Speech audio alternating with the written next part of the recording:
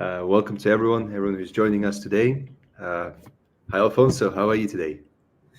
Hi so much, and thanks everyone for joining us today. We really look forward to speaking to you on this meeting and seeing if we can all learn something new. Fantastic. Yeah, I think so too. So, guys, allows us to introduce ourselves. Today, we're going to be talking about history of startups, why some companies become, some companies unfortunately fail.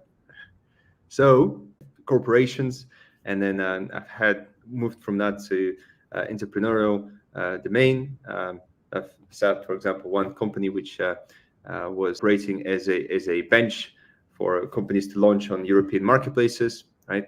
And with me today, I have my colleague Alfonso. Alfonso, please introduce yourself too.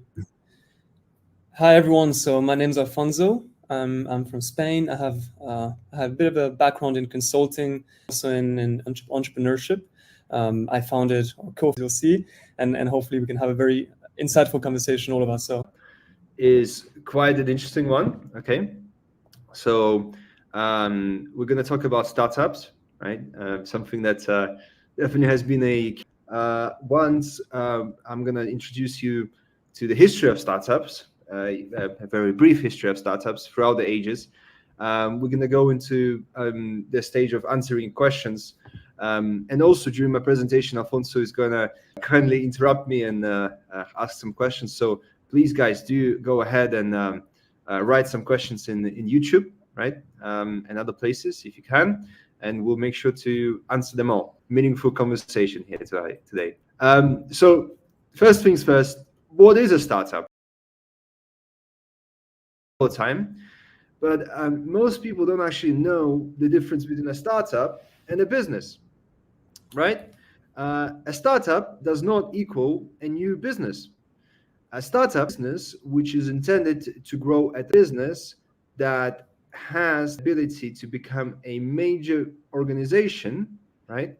But at that point in time, it's still in its early development, right? So it could be a garage, a company which is about to launch their product and so forth, right?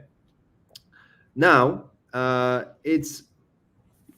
startups have some key elements that make them very easy to distinguish from other companies. Exponential rate, kind of like the way that if you go down a slope, at first normal and then it just drops, right? That's the kind of the exponential growth we're talking about with a startup.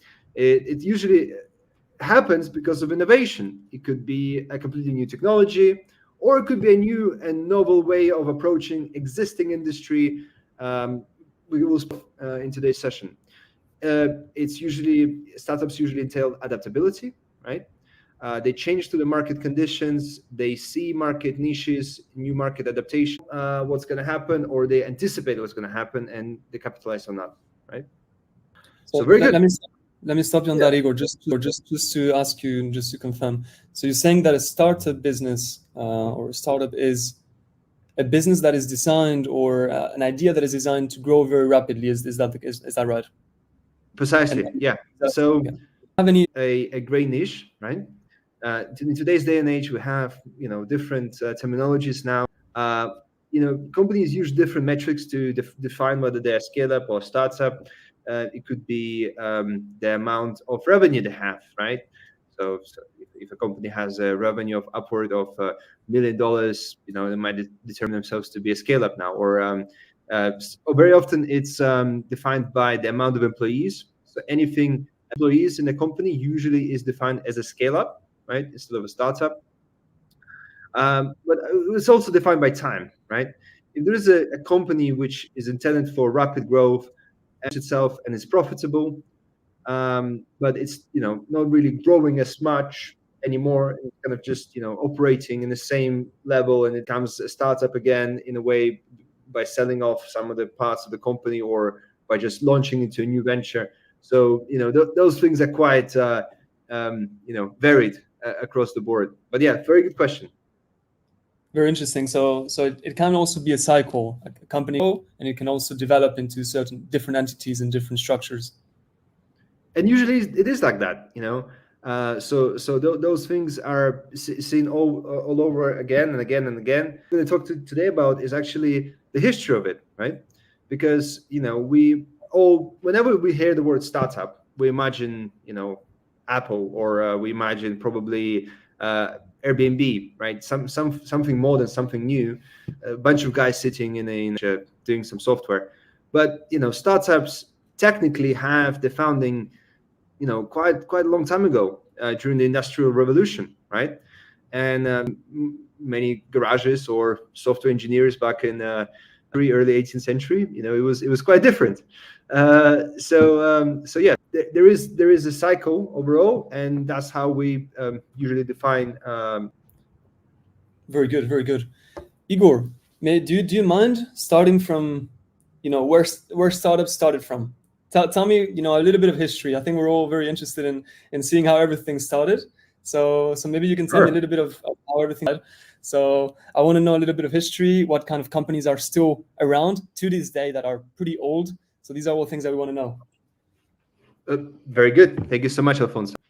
It's officially known that the startups have of time, their first appearance in around the Industrial. Does that mean that there were no companies before Industrial Revolution? No, there were plenty of companies for a long time. There were plenty of a long time, but during the Industrial Revolution, something happened, right? And that was that we had a wave of innovation, a wave of scaling, a wave of market reach opening up, that has enabled companies to really scale at a much bigger rate and a much faster rate than ever before. Now, if you really compare companies at the time that were started during the Industrial Revolution, and you compare them to the startups today, it's two different worlds, right? And startups are not, they didn't start in the Industrial Revolution. They started in the 90s, because that's when the term was coined, the startup. But it was really the Industrial Revolution. We can see some companies that really have some key traits that we see in successful startups today, right? Now, the ones that I've presented here on the slide are a couple of startups from Europe. One is called Crop, Lloyds Bank, and we also have a ceramics company, right? Now, all those three startups, on one side, they all seem very different, right? One is a German manufacturer of steel and equipment. Another one is a bank, and the third one is producing some ceramics plates and things, right? They all seem in common. They all started from small, right? Crop was just a one warehouse where it all started. Wedgwood was literally started in one location as well, and so was Lloyds Bank. They all started small and humble, right? They all had a strategy to grow rapidly and considerably faster than all the peers at the time. Of course, day and age, you would say that it wasn't so fast. Still developing through the decades, but for the time, it was really, really quick, right? And it was, in a way, the strategies they adapted, So, for example, Lloyds Bank had pioneered the branches, right? So they opened up branches throughout the United Kingdom, enable them to basically tap into the new markets and to really scale in the new markets that the other banks were not using. It was the fact that Lloyds novel, financial technology and actually which were the other banks were not using, and it was able to attract new kind of customers. Hedgewood was actually using a lot of some manufacturing actually abilities, right? They were using mass production, right? They had a ability to sell products in a very unique way, right? They had door-to-door salesmen, which thing, but at the time it was very much revolutionary. And it's quite crazy to even 15th century we already had that. Whilst Crop, it was very out again with very new ideas on manufacturing that they could produce. They were using mass production as well, and they were able to customers through new and novel methods too, right? It's pretty interesting, isn't it, Alfonso? Yes, and maybe you can quickly introduce what the Industrial Revolution did. But what it was really is it was a boom of innovation. So how do you think how important is innovation even back in the Industrial Revolution to build profitable innovations that we have there? Because we see Lloyd's Bank, we see Crop. Can you of those innovations that happened back in the day? Yeah, Which of course. using Certainly. Yeah, certainly. So the Industrial Revolution is something that really has changed the way that the world was, operating at the time. It basically brought in mass production. It brought in production using a conveyor, which meant that different parts of the produced. So the whole product was not produced by one professional using multiple professionals who were building individual parts of the actual production. Very innovative at the time, and it allowed us to actually grow substantially. At the time, we saw that there was urbanization happening in major cities around the world. We saw that a lot of people were moving away from basically agricultural background into cities, into producing, into steaming industry and so forth, right? When that was happening, it wasn't just the steam engine companies or the companies that were producing certain type of product increasing in size. It was actually all the companies around them as well. There was a growing middle class for the first time in history, and that there was a lot of companies that were flourishing from that. For example, Lloyd's Bank, right, and many other institutions around the world. Anyways, let's talk, Igor, if you don't mind. Yeah. The birth of tech startups, right? Tech is the industry that everyone is interested in, right? Because that's where most of the innovation happens. That's when most disruption also happens in the industry, which sometimes is potentially very beneficial. Sometimes it can be, as the word says, disruptive. So what about the birth of tech startups, and how did they look back in the day? Yeah, of course. So back in the day, it was very different, right? You still had to have a lot of money to set up companies at the time, right? Now, some founders, which was pretty surprising, were very humble backgrounds. But most did come from well-established families.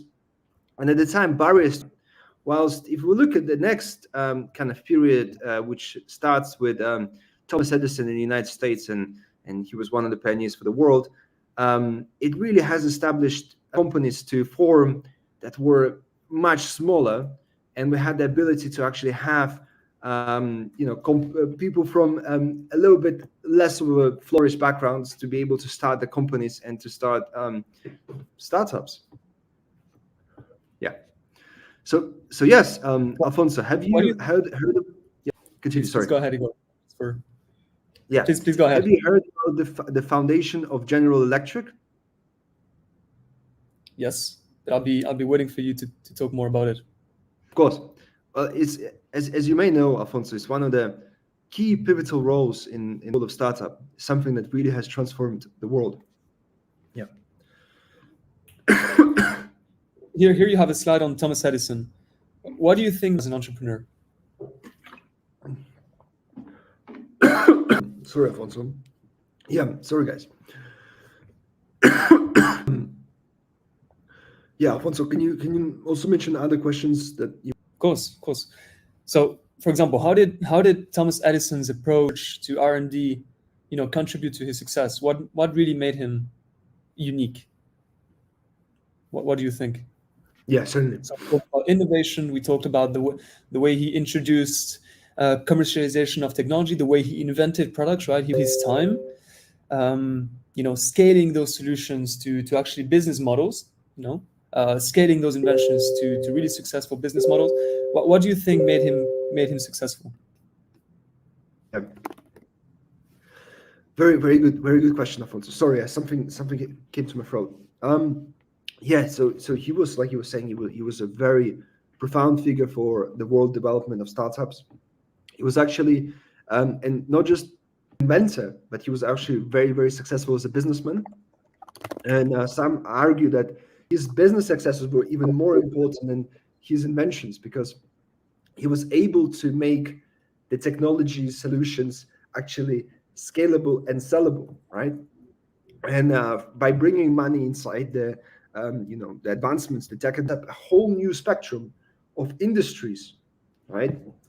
And I don't So say that's industry. I think Yeah, his profile. Sorry to interrupt. His profile really shows that, and more precisely, innovative entrepreneurs can completely change the way we are still used to this day. So we're talking about years back created inventions that people still use, you know, years, ahead. So that's how you see that tech startups and startups in general can really change the way people, act and the way people work and the way societies work. So that's really the idea of a startup in the sense that it's providing a solution that might not be in the market and can really scale on that premise. yeah, precisely. And I mean, yeah, like you said, he was around for a very long time ago. He's not alive anymore, in case anyone is wondering. And he changed and he set the new rules for the industry. And he wasn't the only one. He was the one that we've had. There were other people at the time that really had pioneered change and pioneered technology advancements, like James Watt. And what was really Yeah. important. Mhm. Mhm. Just to say, because we have actually a few on the chat. One person is asking, were there any pivotal moments that impacted the trajectory of these startups? In the case, for example, of Thomas Edison, do you know a pivotal moment? So obviously the Industrial Revolution in this case, right? The boom of innovation. Yeah. So a very key thing that you would see throughout the history of startups is that things start to speed up, right? So at the start, industrial revolution happens. It was actually a very gradual process. And at the time, it felt happened overnight, right? Because there was nothing as quick and as rapid that ever happened before. And the startups will start to flourish. It was relatively slow compared to today's stage. So right now, we might have a new AI technology or blockchain technology that just came out. And in the next 5 years, there is a whole industry with billions of dollars of investors, of customers, and so forth that just spans out of it, right? Also, at the time, it was a lot slower than that. So when we're speaking about the pivotal points at the time, they were stressing quite a few decades, right? And there were a lot of iterations at the time. So industrial revolution that really has altered the way that the start, right? There was many others, right? There was, for example, the usage of electricity, the invention of light bulbs, right, by Thomas Edison. Very successful U.S. Tech startup company, right, which grew into one of the largest, and actually at the time, the largest organization in the world. And it really has changed the way that the industry worked. So that was a very pivotal. We're going to talk about the early 20th century and establishment of assembly line in many industries like automotive industry. We're going to talk about the appearance of semiconductors. We're going to talk about their appearance of first personalized computers, right? Which happened in the 80s. All those points in time and history changed entirely the industry, and a lot of companies which were on top of the industry by absolutely unknown companies that became epic companies that were previously startups. Yeah. Very, very good answer and very good question as well. Someone else is asking, just give me a second, have the characteristics, and you talked about startups, remained the same throughout the years? Very good question. A lot of things are changing. The primary characteristics are the same, right? So they're all innovative. They all have a lot of market adaptability, but there are a few things that change, right? So, for example, one of the main things that change throughout the history is that they become less capital intensive, right? In age, for you to really do a startup, you don't need very much, right? You can do it even remotely in many jurisdictions without even leaving your room. You can basically do everything from a computer, right? In a space of 10 minutes in your apartment, sitting on your bed. Whilst, at the time when, the Thomas Edison or even before him, Startups are really one of the key changes and key differences that we will have to see between the new Okay. ones and the old ones. Thank you, Igor. Let's move to the 20th century and the 20th century boom.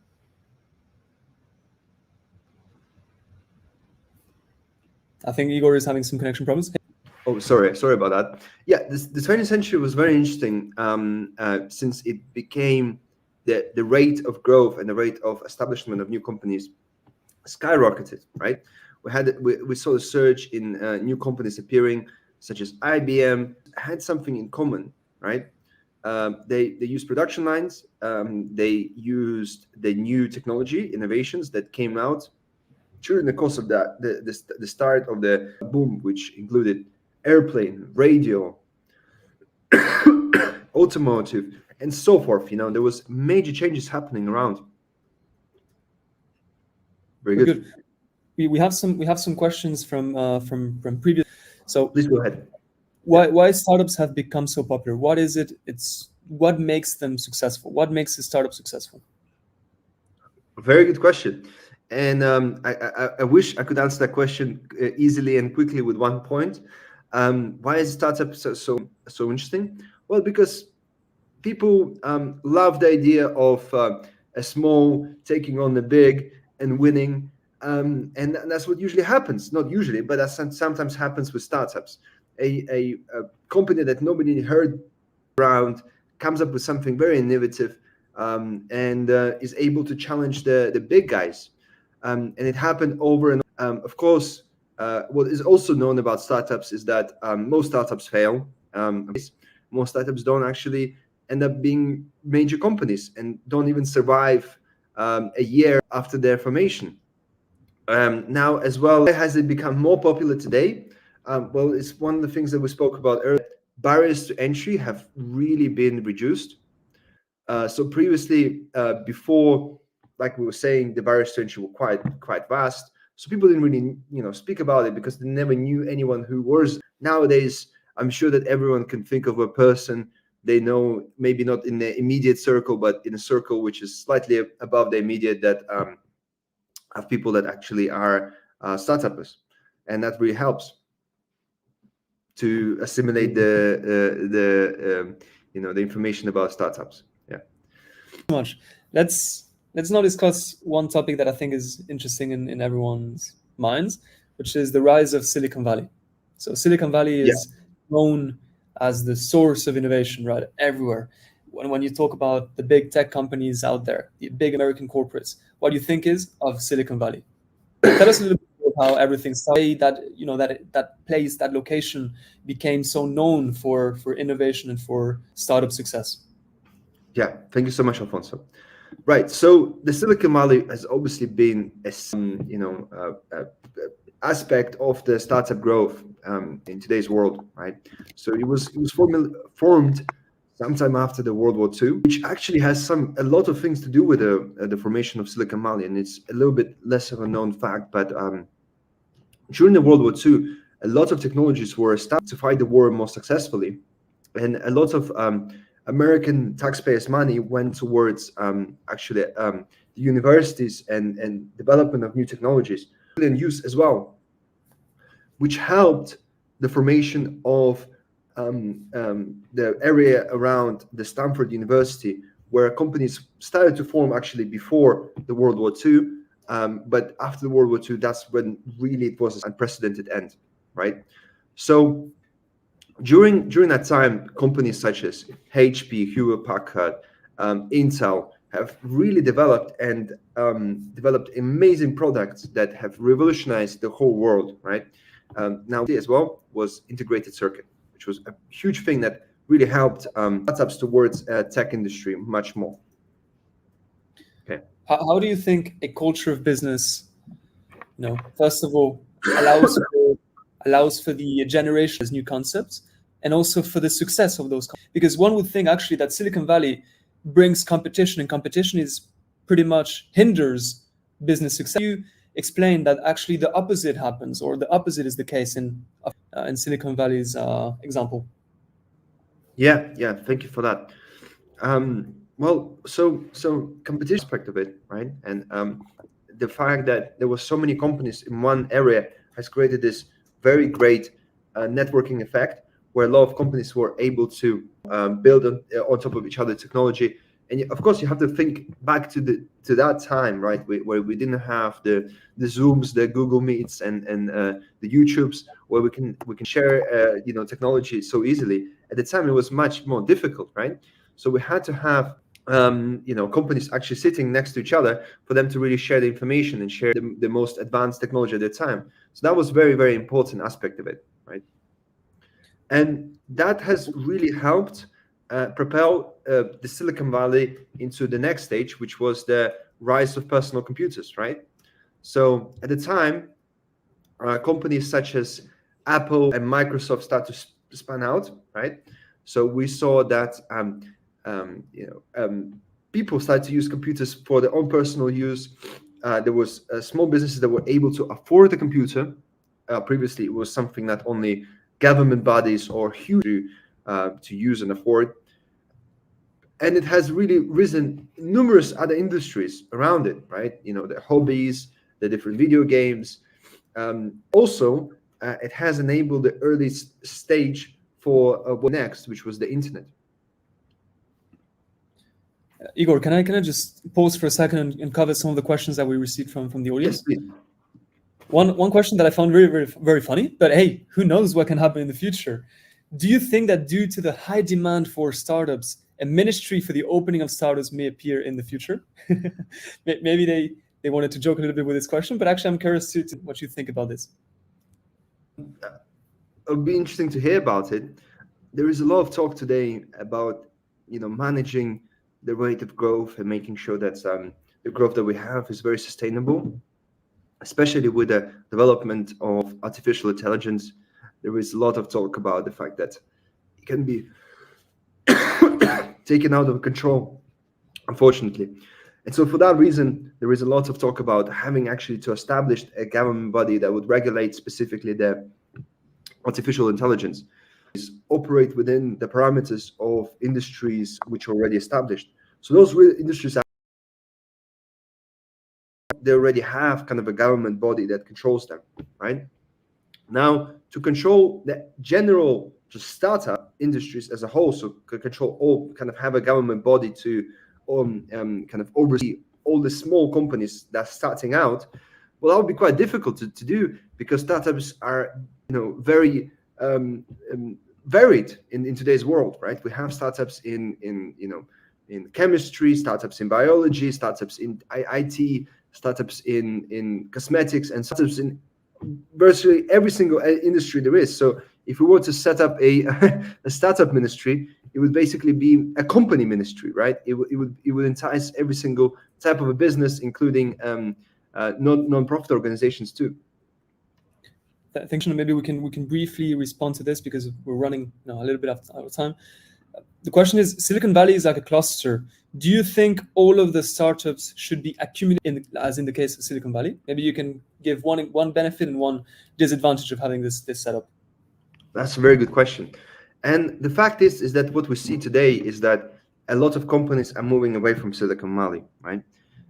Like we were saying earlier, the Silicon Valley made a lot of sense that there wasn't so much communication technology available. So for companies to really share the technology, the secrets, the know-hows, they really had to be in the same place, right? In today's day and age, most companies are not even, located in the same place. Most startups out there, a bunch of guys connected through Zoom or Google Meets, texting on WhatsApp or whichever Slack channel they choose to use, right? So they don't have to be in the same place physically. So that's why the Silicon Valley is actually kind of, they say, not dying out, but fading away in digital now, right? So there is a lot of companies that are not really based in Silicon Valley, but they present themselves to be part of Silicon Valley because they're part or other combinators within the area, or they do some projects within Stanford University and so forth. I think this is a perfect transition to our next topic, which is the internet, which really allowed these remote companies, global companies, to scale across regions, across locations. Why? Because Yeah. So the internet was something to anticipate, and they really didn't even, realize how big it was going to be, right? And when it did find out how big it is, there was a major bubble that was just blown up, and then it bursted in early 2000s, right? The reason is because, I mean, even if you read the most, you know, incredible science fiction of the earliest 20th century, nobody spoke about the ability of people to communicate with each other across the world. It was something unimaginary at the time. And yet it came out. And there was a lot of Web 1.0. Web 1.1 was a time when a lot of companies were set up that allowed people to do a lot of things like purchasing online and so forth. Right, Alfonso?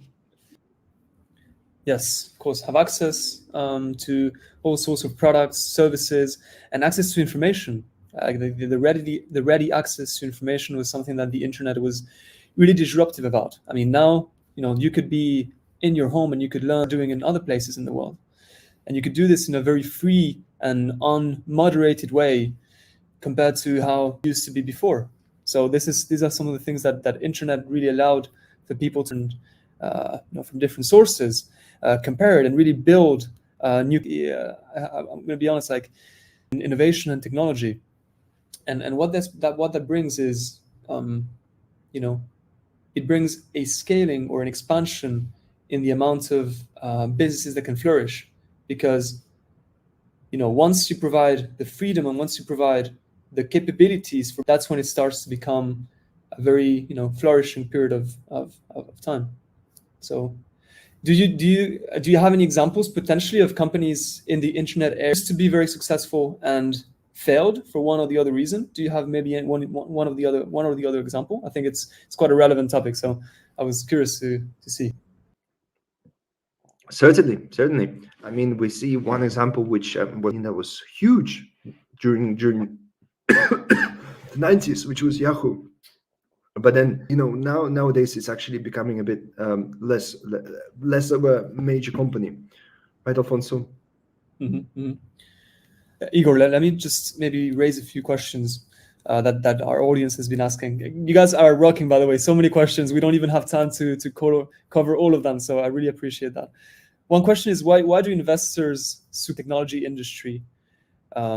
And why are agricultural businesses not considered for proposals? I suppose for and maybe I can respond to this very quickly. I suppose agricultural businesses also receive investment, but their investments potentially are not as valuable or as high as a potential tech company because of the IP that company or the innovation that a company can bring compared to the other. But agricultural companies also receive investment, right? Maybe Igor, you can quickly address this question. Certainly, yeah. There are a lot of companies that do take a lot of investment. Can you just repeat that question? Kind of just reiterate it again. Sorry, Alfonso. Yes. Why in essence, why does support tech companies in as opposed to other type of companies, for example, agricultural businesses? Yeah, well, the main thing is the key attribute of the actual companies, which is the scalability, right? When you invest into a tech company, you have a chance that it's going to grow and it's going to produce a output of 1 to 10, right? Or even more. Whilst if you invest into a normal business is successful, you're just going to get, maybe 2x of your investment, which isn't so much. Venture capital have formulated actually during this time of the 90s, which has resulted in a lot of companies doing this kind of Russian roulette, where they invest their money into many different companies in hopes that one is going to pay for all the other investors by just becoming a successful company. And if it does, they can make 1,000 wrong investments as long as they make one which really pays out for all of the other ones. Very good, very interesting question asked by Kinda Alien. I like that name, Kinda Alien. So do you think that throughout history, founders of startups had some common characteristics, for example, leadership? What makes a good leader of a good startup? That's a very good question, and it's interesting to read books about the early entrepreneurs of the 19th, 18th, and 20th century, and you definitely hear a lot of things which are common with the likes of Elon Musk and Bill Gates. They're all visionaries. They all were tough and very innovative, and took the risks. But there is certain, and they're very individual. Not just between the ages, but in general. I mean, startup founders that became successful companies could be from very different walks of life, right?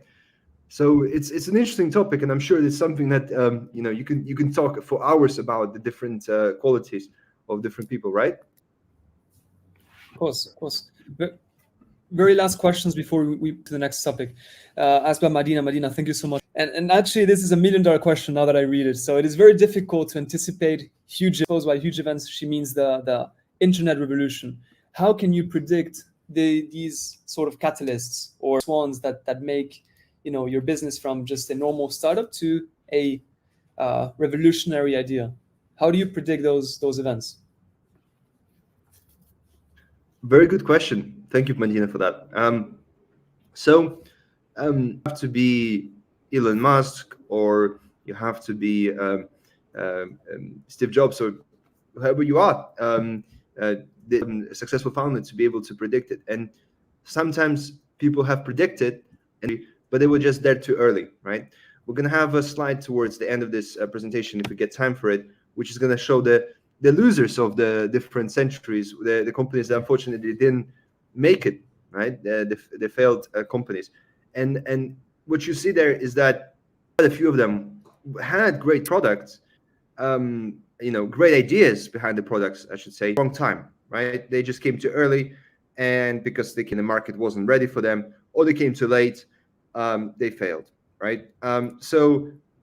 Predicting the flow of things in the industry is very difficult. You might be the smartest person in the world, and you can see the future, but there are certain events that could happen that could just put things upside, right? Great. Let's talk about Web 2. Yeah, what is Web 2? Those are the companies that most of us know, right? Those are the companies that really were formed. Those are the startup companies that most of us know. Those are the companies that were formed after 2000s, and they were different to the Web 1. So Web 1 was basically companies that were more static, right? Whilst Web 2 were companies that more UX, UI to the static things that were happening on the websites before.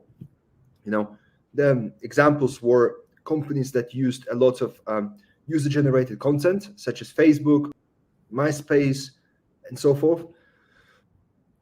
Companies that really used a lot of new business models and were able to help the way the businesses worked. For example, the Salesforce, or perhaps provided great opportunity for people to do more with the current technology that they have, right?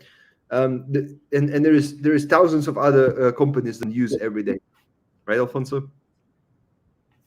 Of course. That these Web 2 companies, actually, they became so successful because they supported other kind of companies. So their business and their ideas based on supporting existing services or existing business models. For example, in the likes of Salesforce.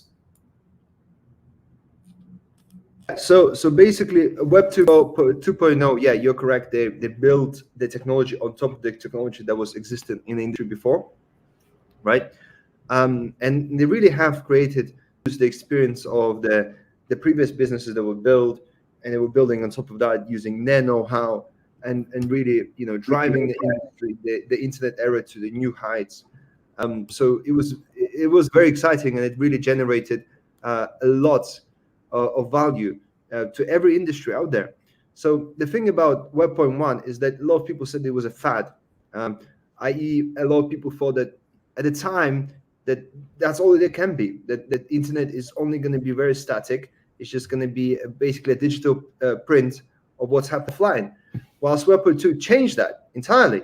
and they actually made the real world more usable, more friendly, and in all walks of life, right? Be that the car hiring or sales process for Salesforce, or the way that you make friends or you interact with people, such as Facebook. Thank you so much, Igor. Very insightful, very insightful. One topic that I'm even more interested in, I suppose a lot of people here have heard about this before, Web3. What is Web to Web4, which is even further, right? What is Web3? Yeah. What kind of companies, can be related to this idea? Yeah. So Web3 is technically happening right now, right? Which is semantic web, and which there's greater connectivity, and there is machines, Internet of Things, right? IoT, which are using the data, the vast ranges of data that we have today, which we never had before in the history of mankind, process them and generate some very meaningful outcomes, right? So this is something unique that's happened. We no longer, are just doing everything ourselves as humans, but we have actually machines that learning from our behaviors and all the web prints that we have. Now, Web.4 is a little bit of a speculation. It's something that we anticipate to happen more so in the future, right? Which drives from the idea that with the rise of AI and the rise of other aspects of internet and things that surrounding it, that it's going to become a little bit more smart, autonomous, and is going to produce its own, right? At the moment, there is a lot of speculation, and there is companies that say that they're working in Web 4.0, but we're about to see what's going to happen there. I think we're all very excited about what the future holds, and hopefully we can anticipate certain big events as that viewer was expecting, right? Because then we can see a little bit if there is any potential to bring something interesting to the market. Potentially to the next slide, which is a little bit of a history of startup successes and failures. And I'll start with a question, Igor, if you're still on the screen. So how have you experienced firsthand? And I think this is a very interesting question because I know you have a vast experience in different. Have you experienced firsthand in real life the fail or success of a startup, and what are the mistakes in your opinion if that was a failure? So I've seen plenty of startups fail in my time, and from the slides that we've seen at times of the history of it tends to be the same things that lead to startups to actually fail or be successful. And those usually are the financial mismanagement, the operational mismanagement, right? There you see what really the current trend is, being too late or too early, and not having that adaptability to the current trends, right? There are plenty of examples here. Pets.com from the 90s, which was a major IPO that happened in just less than a year after the IPO went bankrupt. FTX, a very recent example of Web 3.0, a blockchain technology company that went insolvent and bankrupt because was happening with fraud and, again, financial mismanagement, extensive risks. We have examples of companies that become, well, they didn't really fail as hard as the FTX, but they become irrelevant and they were from the spotlight, like MySpace, because of the competitors, and they lose the touch with the market and what's actually is driving the market at the time. So, and then we have older examples like Osborne, which was a company from the 1980s, which was one of the competitors of Microsoft, and was actually the first company that was offered the major deal with IBM before Microsoft was, and they were going to be the successful one out of the two, but it ended up, being just a company, largest companies still to this day. Igor, I want to put you to a place. I want to ask you a difficult question, which is not from me, it's actually from the audience. You mentioned that one of the reasons why companies fail is the mismanagement of the financial end of the business, right? So how do you develop the financial part of your business plan, and what were the main influencing factors So a little bit of a practice, give your insights into how to build maybe a financial plan and the different things you consider when it comes to the finances of a business. Yeah. Well, first things first is that it depends on the kind of and the kind of industry you're in, right? You have to have a business plan in advance, and you have to understand what barriers to entry do you have to your industry and to your business. If you're developing a factory like the guys were during the industrial ages, obviously the finances are significantly more, significantly larger than the ones that you have to have today if you are finding a SaaS company, right? Now, the second thing is that you have to understand how much money do you need to complete the MVP. Are you able to bring on investors at all during the time, which is the minimum valuable product? And you have to have everything calculated in advance before you really go ahead with investing your money into the project in a way. And a lot of companies fail to do that. And as we saw, even a billion-dollar company was still using QuickBooks, which is a SaaS company, to manage their expense, which is pretty obscene. But those companies don't succeed. And the companies that actually are small and start well tend to grow into really good companies in case they do follow those things correctly. Absolutely. And one person is asking in the audience to raise the case of Kodak. Why Kodak failed? And just very simply said, actually Kodak failed to innovate their model, their concept, right? Analog cameras were decreasing in popularity. Sales of analog cameras were decreasing whilst digital cameras started to come to market. That's when Kodak wasn't able to adapt to the new market conditions. So said very simply, that's what happened with Kodak. Now, we can wrap it up. How do you think these new high-tech or high technologies will be adopted by the market? Because he's saying here, he's acknowledging that there are no early adopters, but more laggards or skeptics. How do you think these high will be adopted by the market? And that's a good question to wrap it up. Yeah. Well, to answer that question in a knowledgeable and precise way, we don't know. We don't know how is it going to be. There were a lot of companies at the start, and generally people had very high, disregard for them. The likes of Airbnb. People couldn't imagine possibly that strangers would, live in a place and would share their apartments with other strangers. I mean, how unsafe that is, right? But it became a huge company, and again, has led to people trying to cut costs and save on cost. The presidential elections, when Obama has and he was visiting some states where there were limited amount of hotels and come to his rallies, and they won Airbnb and other examples of such. And then there were sure that were gonna be huge WeWork, right? People were betting on WeWork quite heavily. Came bankrupt actually this month, which is very interesting.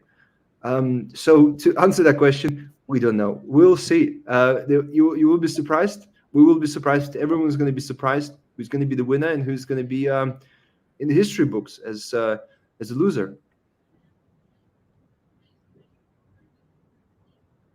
Perfect.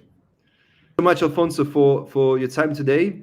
Thank you so much to everyone who joined us, and look forward to your questions afterwards, and we'll have another meeting this Thursday where Alfonso is going to take us through another case.